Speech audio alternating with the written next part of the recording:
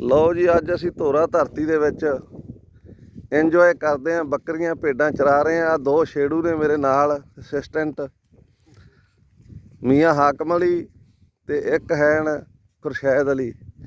ਇਹ ਫਿੱਟਿਆ ਸੂਰਤ ਨਾਲ, ਇਹਨੂੰ ਨਾਲੇ ਇਹਦੀ ਥੋੜੀ ਜਿਹੀ ਵਰਜਿਸ਼ ਕਰਾਉਣੇ ਆ ਤੇ ਨਾਲੇ ਅਸੀਂ ਭੇਡਾਂ ਬੱਕਰੀਆਂ ਵੇਖ ਚਰਾਉਣੇ ਆ। ਆਹ ਵੇ ਲੂਲਾਂ ਵਾਲਾ ਬੋਕ ਵਿਖਾਉਣੇ ਆ ਤੁਹਾਨੂੰ। ਨਾਲੇ ਅੱਗੇ ਪੰਜਾਬੀ 'ਚ ਜਿਹੜਾ ਬੰਦਾ ਨਕਾਰਾ ਹੁੰਦਾ ਨਾ, ਕੰਮ ਕਾਰੇ ਜੋਗਾ ਨਹੀਂ ਹੁੰਦਾ, ਉਹਨੂੰ ਆਖ ਦਿੰਦੇ ਸੀ ਇਹ ਤਾਂ ਤੇਰਾ ਨੀਰਾ ਲੂਲਾਂ ਵਾਲਾ ਬੋਕ ਹੀ ਏ। ਉਹ ਤੁਹਾਨੂੰ ਵਿਖਾਉਣੇ ਆ। ਤੇ ਅੱਗੇ ਇਹ ਵੀ ਕਹਾਵਤ ਸੀ ਇੱਕ, ਤੈਨੂੰ ਲੂਲਾਂ ਲਮਕਦੀਆਂ ਵੀ ਤੂੰ ਕੋਈ ਦੂਜਿਆਂ ਨੂੰ ਵਿਸ਼ੇਸ਼ ਏ। ਆ ਤੁਹਾਨੂੰ ਲੂਲਾਂ ਵਾਲੀ ਬੱਕਰੀ ਤੇ ਲੂਲਾਂ ਵਾਲਾ ਬੋਕ ਵਿਖਾਉਣੇ ਆ।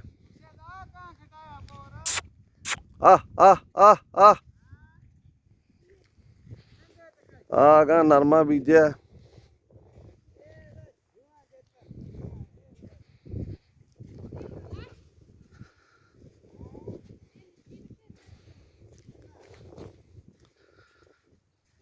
ਖਲੋ ਜੋ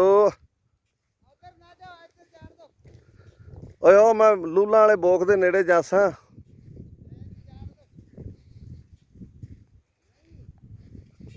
ਆਹ ਵੇਖੋ ਜੀ, ਆਹ ਇੱਕ ਆਉਂਦੀ ਬਹੁਤ ਸੋਹਣੀ ਪੱਠ, ਇਹਦੇ ਵੀ ਲੂਲਾਂ ਨੇ, ਤੁਹਾਨੂੰ ਦਿਸਣ ਲੱਗਿਆ।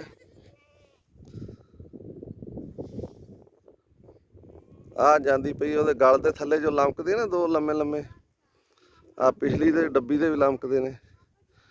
ਉਹ ਨਿੱਕੀ ਮੇਮਣੀ, ਉਹਦੇ ਵੀ ਲਮਕਦੇ ਨੇ। ਇਹ ਨਸਲ ਹੀ ਇਹਨਾਂ ਕੋਲ ਲੂਲਾਂ ਵਾਲੀ। ਆ ਫਿਰਦਾ ਲੂਲਾਂ ਵਾਲਾ ਬੋਕ।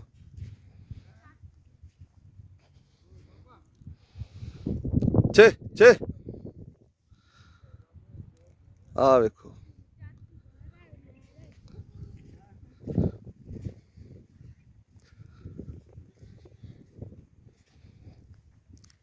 ਆ ਤਾਂ ਯਾਰ ਆਪਣਾ ਬਹੁਤ ਸੋਹਣਾ ਹੋ ਗਿਆ ਹੈ ਨਾ ਨਰਮਾ ਇਹਨਾਂ ਦਾ। ਤਾਂ ਉਹ ਦੁੱਲੇ ਨੇ ਪਾਈ ਢਾਣੀ ਹੋਈ ਹੈ ਨਾ।